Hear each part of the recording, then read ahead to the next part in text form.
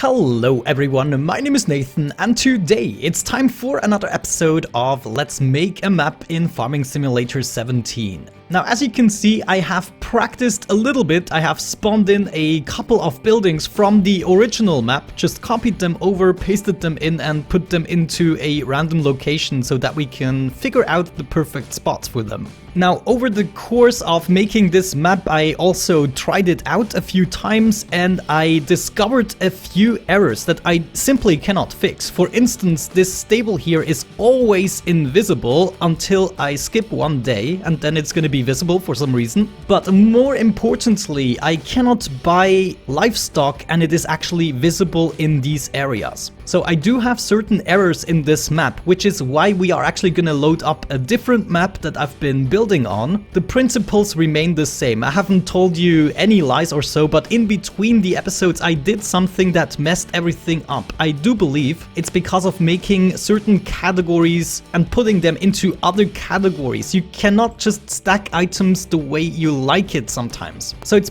possibly always best to keep the original format of the map where you copied it from. However, what I want to show you in the beginning of this video is how you can actually dedicate a different area for your livestock. So let's say, for instance, I wanted to move this area for the pigs to somewhere else. That is something that I want to teach you right off the bat in this video. So let's already make this reality. We want to move the pig stable, the pig area, to somewhere else. Let's put it, for instance, right here. Doesn't really matter. For that purpose, I'm just gonna take a test object. We're gonna place it here and maybe this bad boy right here. And the fence we just have to imagine. What we want to do now is actually go into the terrain info layer paint mode right there. And of course, we need to go down into the correct tab here, which is the info layer painting. Now you only have the option between info layer and tip call, so we're gonna check the info layer. 0 stands actually for cows, so if we select this bad boy, you can see the cows are slightly lighter, this area, because that's where we painted. So we could theoretically increase that area or we could delete some of it. Now at this point, if you don't really see the blue terrain, what you have to do is click view, show, and then you enable the navigation meshes. And this will allow you to actually see the blue colorings of the final areas.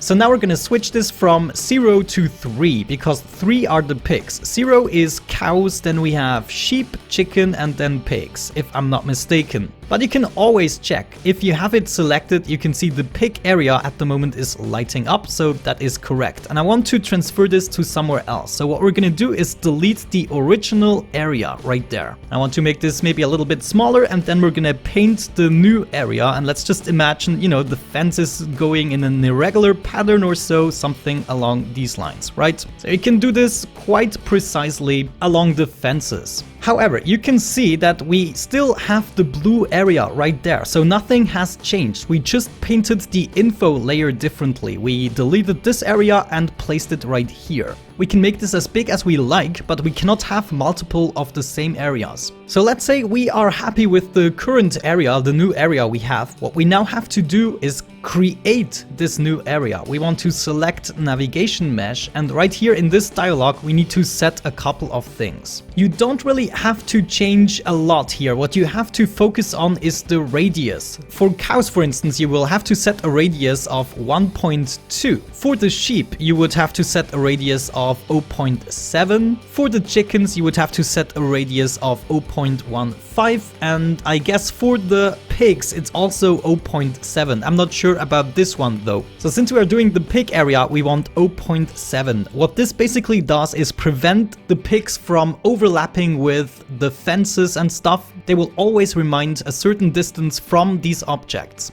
Great. So now that we have set this, what we could do is recreate. Since we already have the mesh, we want to recreate it, right? And I've totally made a mistake right now. Let's go back to create navigation mesh. What we of course want to set is the correct info layer right here. So you can see the culling info layer at the moment is 1, and that is wrong. What we want to do is we want to go to 3, which is our pigs, which results in the culling info layer 8. So don't just write it in here, you actually have to select the appropriate layer. So let's recreate it now, and you can see that we now have the blue area right here. Now, for some reason, this area didn't get deleted, so we apparently have a new navigation mesh. So what I would have to do is delete this navigation mesh right there. This is now gone, and we can copy this into the pig farm again right there. And now it's the new area. Now, something that doesn't usually happen is the area adapting itself to objects that are within it. Let's actually test this out. I'm gonna go back into the paint mode and we are gonna paint over something that I haven't included in this pig farm. So for instance, let's say the farm should go all the way up to this point. If we go ahead and recreate the navigation mesh right now as it is, you can see that didn't work. Oh, I actually painted with the wrong stuff. What I want to paint with, of course, is the pig area right there. So we want to paint this out like so. Now we can go ahead and do create navigation mesh. The radius is still the same info layer as well. And you can see that now this recreated navigation mesh, it just increased the area. However, as you can see, it's not preventing the pigs from going through these sticks and everything. Now, I'm not entirely sure if it will work with this building, but what we have to do is select this bad boy and we want to go into the attributes, shape, and right here there is a build navigation mesh mask. What we want to do is select the according layer, which is 3 for the pigs, right? So now this bad boy does have a navigation mesh layer. And now if we go ahead and actually recreate our navigation mesh, we want to go into the info paint again. We want to go to create navigation mesh, still 0.7 radius, but this time we're going to choose the shape build mask, which of course is going to be, let's clear that, also 3. Hit OK, and there we go. The info layer is still the same, so that's good. That's also something you always have to set. And now if we recreate this bad boy, you can see it actually worked. We now have a little hole in the mesh wherever there is a stick. Now this actually created a new navigation mesh from the looks of it. So I'm not sure why that didn't work, but we can simply delete the old one and now the holes are a little bit more visible, as you can see. So this is now our new navigation mesh. Great, so with that explanation out of the way, let me actually show you the new map. I decided to go with the standard map of the Giants editor, which has been updated for the newest version. So let me quickly switch to that file. The mod I'm talking about, the new map that I'm using, is sample mod, and this is basically a map where the essentials are already there, so a lot you don't have to copy in. So if we have a look at this map, you can see you have a basic field, you have the pig farm, the sheep farm, and no, that's actually the cow farm, there is the sheep farm, and also the chickens. Also, the livestock market is right there. There's a couple of vehicle shelters and actually a track. Now this is great. All of the essentials that are really difficult to copy over properly are already established in this world, and that's why I decided I want to go with this one rather than the old world as a foundation. So I decided that I'm actually gonna leave all of the livestocks as they are at the moment, and what I want to do is build a big parking space maybe in this area. We want to have a field maybe running across here and down to here, and then maybe another field right there. We want to move the track slightly towards the left, and that is actually something that is more delicate than you would think. You can see you have all of these tracks, but you also have a train system, and these guys are in different categories. As you can see, we have the category rail and then train system, and the train system consists out of these barricades, but it also has a track. So if I open this up and we select the track, you can see this is going along the track more or less perfectly. I don't know how to change this into a different shape. That is something we might want to deal with in a future episode, but I thought I'm just gonna leave the track in for shits and giggles. What we actually can do is, for instance, select the track system itself, and we just bring this over here, and then we can select the rails and also move them over the tracks. Of course, first doing the rails might be a good idea, so you can see both at the same time, and you just have to make sure that it aligns perfectly again. But how to build tracks from the ground up and make a track line, and also how to build roads, I'm definitely not sure about. Anyways, what I'm gonna do is all of what I just said, and I'm also gonna add in a couple of buildings. I want to try and add a train station, and then more and more stuff is gonna be added basically, but most of the stuff that I want to show you I have already out of the way, you know, already about the basics, how to use this editor. Hopefully we can make a substantial amount of progress in between this and the next clip. So let me work a little bit on that map and I'll be right back with you.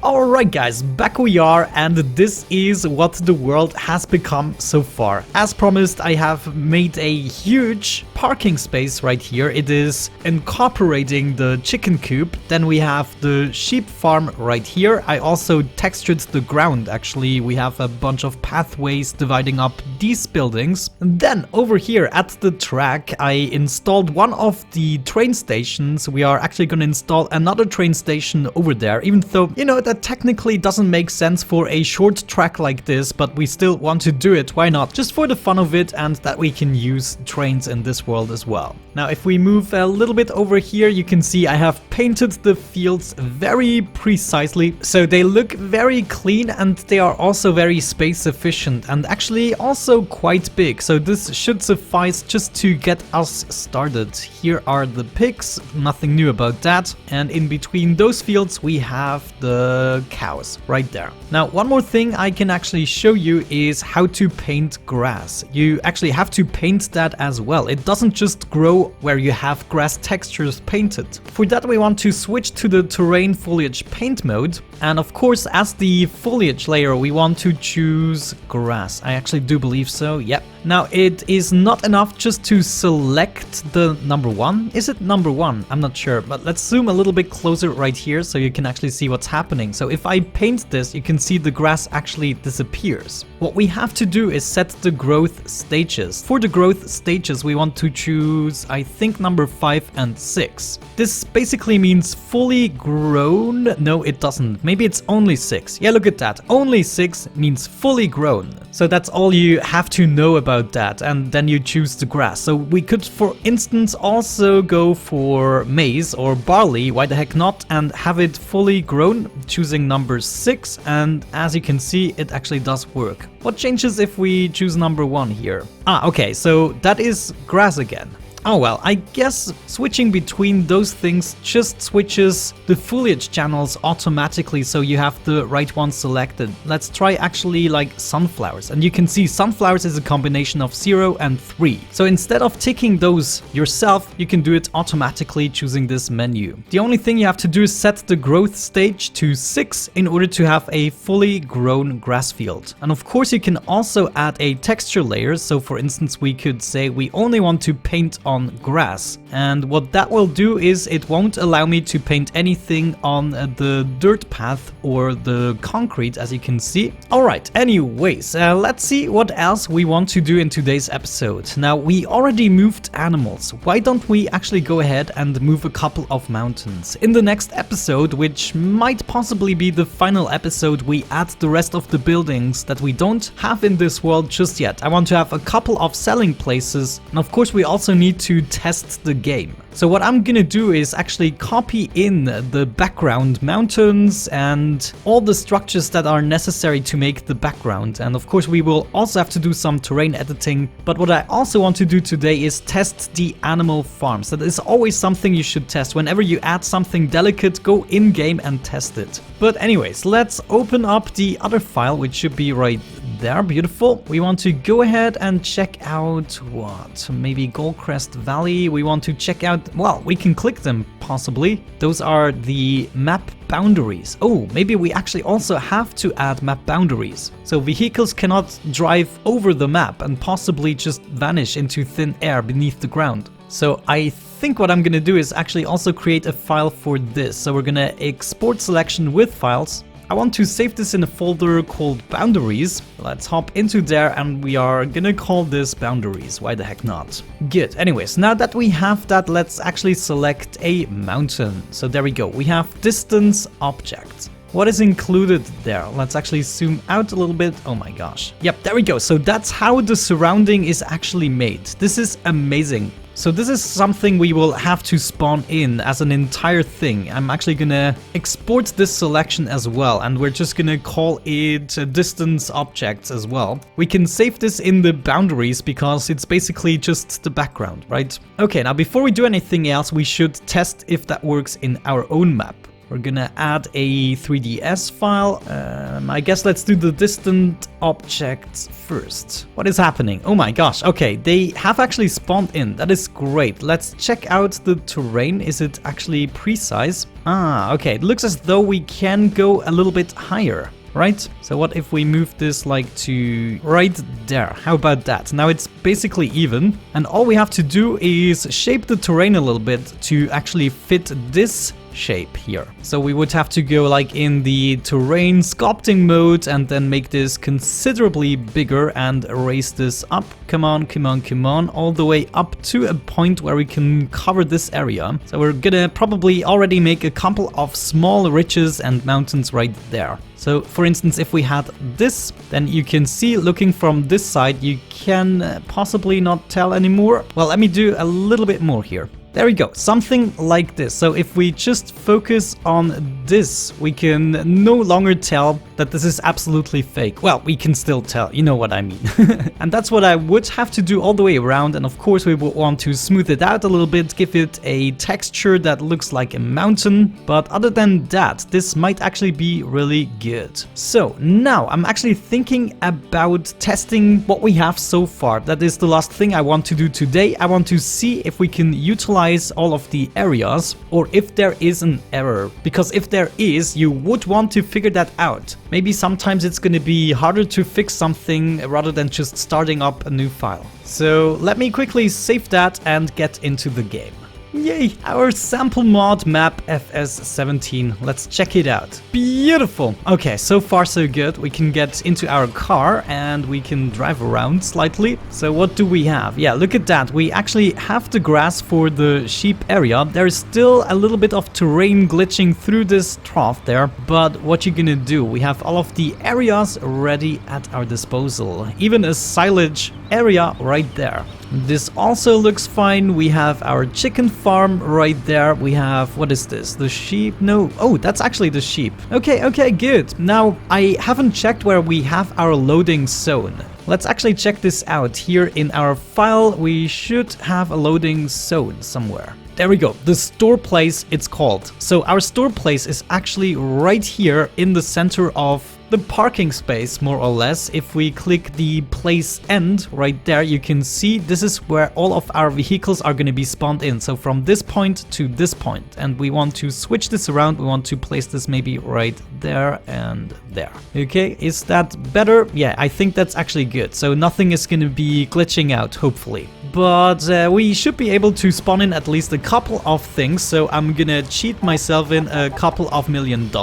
And look at that, there's actually a train. Holy Moses. So the train is working, but it's kind of not properly set in the tracks. Oh my gosh. So this must be because I moved it, but at least it's working. It's just a graphical glitch with the wheels, as you can see. But anyways, let's let the train go for a while. Yeah. Just move on, and we should be able to actually load it up right at this place. I'm gonna show you how to do the precise building stuff in the next episode, where we are gonna add more objects. Also, the mountains in the backgrounds, they kind of work. Anyways, let's go ahead and actually buy a couple of things. I want to buy myself a, well, let's go for a truck. Why the heck not? We're gonna go for this guy with black. Buy, yes, and it should appear on our parking space. Let's check this out. Yeah, look at that, it's right over there. We're gonna hop into this bad boy. Beautiful. Now we want to spawn something else which has to do with animals, and it is the big tipper or trailer. Yeah, just purchase this bad boy so that we can attach it to our truck.